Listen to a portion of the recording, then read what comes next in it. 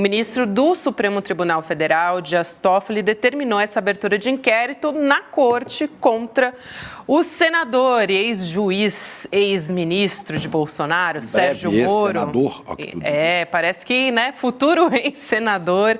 E também os procuradores que atuaram num acordo de delação premiada que foi considerado o embrião da Lava Jato. Isso aconteceu depois dos pedidos da Polícia Federal e também da Procuradoria-Geral da República.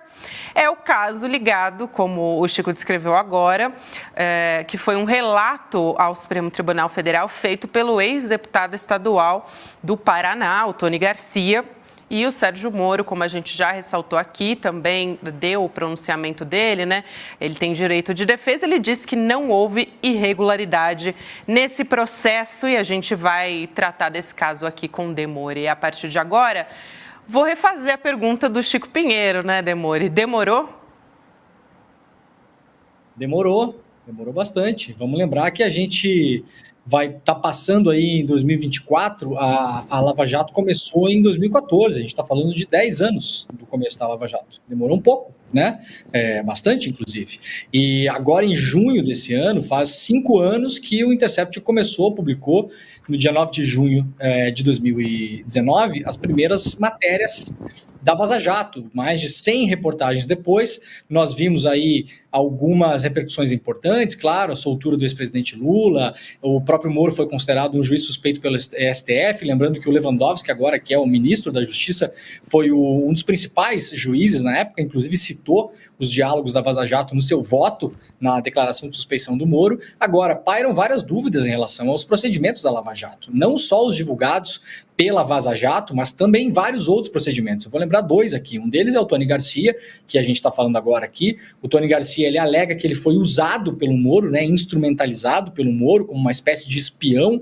e isso não é trabalho de delator, Um delator tem que delatar o que viu, o que conhece, entregar as provas e deixar que a justiça faça o seu trabalho, que o Ministério Público faça o seu trabalho, ofereça denúncia, e se for o caso, o juiz vai aceitar a denúncia e aí teremos um julgamento com o direito de defesa e seguir todo o rito legal. Agora, a acusação do Tony Garcia é que o Moro tenha usado ele para, eventualmente, como ele diz, a acusação dele, grampear outras pessoas, de modo que as pessoas não sabiam que estavam sendo grampeadas. Essa é a principal acusação desse delator. Mas há outros problemas também na Lava Jato, Vamos lembrar a delação do do Alberto Youssef, O Alberto Youssef, considerado o paciente zero da Lava Jato, o primeiro doleiro a ser preso, o primeiro delator também a confessar os próprios crimes e entregar a outras pessoas. O Youssef já tinha sido delator do Moro no escândalo do Banestado, que era um escândalo que tinha acontecido muito antes da Lava Jato. Ele foi uma espécie de embrião de delação premiada no Brasil, antes até mesmo da lei das delações premiadas, num modelo que o Moro acabou importando da Itália, Na Itália você tem toda uma legislação para isso, no Brasil não se tinha, foi ter só mais tarde, e a questão é que o Youssef, ele cometeu um pecado capital que nenhum delator pode cometer, que é voltar a delinquir. Então, o Moro tinha feito um acordo com ele enquanto juiz durante o caso Banestado, o Youssef participou ali como delator do caso Banestado, e o que se pede a um delator é que ele não volte a cometer os mesmos crimes que estava cometendo e pelos quais deveria ser julgado, pois então que o Youssef volta a delinquir. Antes dele virar delator da Lava Jato, ele delinque mais uma vez em relação à lavagem de dinheiro, evasão de divisas, e aí o Moro aceita uma nova delação. Isso é uma coisa muito estranha, muito esquisita, porque na prática você não pode premiar a mesma pessoa 2 vezes por ter cometido os mesmos crimes. O Youssef, na verdade, teria que ter sido retirado as benesses que ele ganhou enquanto delator do Banestado, e ele teria que, no limite, ir para a cadeia, perder os seus bens, pois não foi isso que aconteceu. Ele vira delator novamente, ele é premiado novamente depois de delinquir pela segunda vez em um segundo caso, e o Youssef, a Nelma Kodama e vários outros doleiros, o próprio Dario Messer, que agora a Justiça do Paraguai está em cima dos bens dele no Paraguai, essas pessoas que viram delatores em determinados momentos da Lava Jato, Gabi e Chico, elas saem do processo da Lava Jato com uma pena muito baixa, alguns deles ficam um tempo na cadeia, mas depois saem, e principalmente saem com milhões de reais em bens e dinheiro vivo. Eles ganham o direito à delação e ganham o direito a manter bens e patrimônio que eventualmente adquiriram por conta dos seus casos criminosos. E isso é um absurdo que se coloca desde o começo da Lava Jato. Isso não é uma novidade que a Vaza Jato trouxe. Isso é uma coisa que muita gente já apontava. Eu faço sempre um exemplo que eu gosto de usar, que é, graças ao Moro, nós ficamos mais familiarizados com isso. O Moro usava o exemplo da Operação Mãos Limpas na Itália, a Mani Pulite, né? A Mani Pulite, ela foi tocada, na verdade, por um procurador substituto da província de Milão. Na época, era uma investigação que inicialmente investigava empreiteiras que tinham construído, que tinham reformado um hospital local em Milão, e aí esse procurador ele começa a abrir investigação e descobre que metade dos partidos da República Italiana estão envolvidos em corrupção.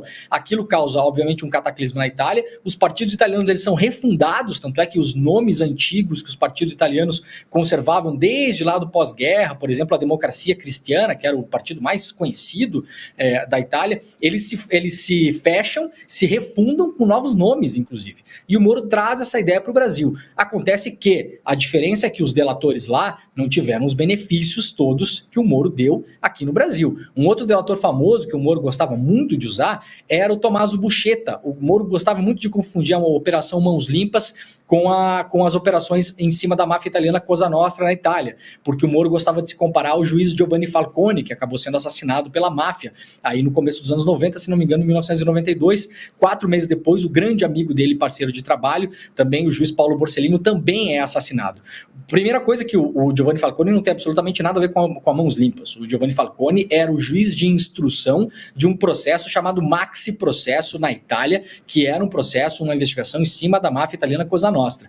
E o Giovanni Falcone, ele consegue abrir uma janela para olhar para dentro da máfia a partir da visão de um delator, que é o Tommaso Buscetta, que é um italiano famoso, morou no Brasil durante 3 períodos, nos anos 50, nos anos 60 e nos anos 70, foi preso pela ditadura militar aqui, torturado, inclusive, pela ditadura militar, e levado para a Itália, e ele se torna um colaborador do Moro. Só que o que acontece com o Tommaso Buscetta, ao contrário das benesses todas que o Moro misteriosamente dá para esses delatores que estão muito próximos dele já, aí a gente pode falar já há mais de 10 anos, no caso do Alberto Youssef. O Tommaso Buscetta, ele perde tudo, ele não fica com um centavo, ele não fica com uma casa, com um carro, com dinheiro na Suíça, com dinheiro em lugar nenhum, com posses no Paraguai, como é o caso do Dario Messer. O Tommaso Buscetta, ele entra no programa de proteção a testemunhas, ele vai morar nos Estados Unidos sob um novo nome, porque ele colabora também com a Operação Pizza Connection nos Estados Unidos, que era liderada pelo então juiz, que depois viria a ser o advogado do Donald Trump, o Rudolph Giuliani, ex-prefeito de Nova York também.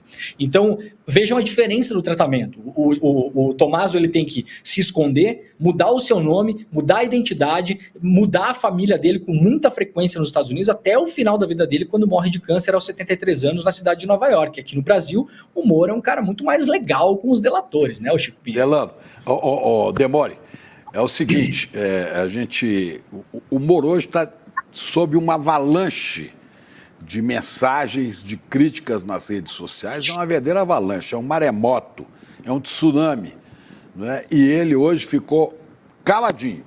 Agora, há pouco, ele soltou um Twitter.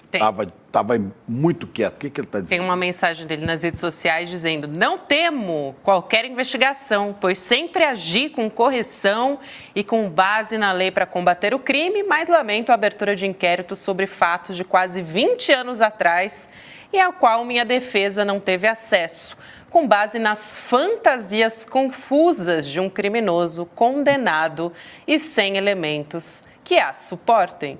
Curioso, né? Como existem outras medidas agora, né?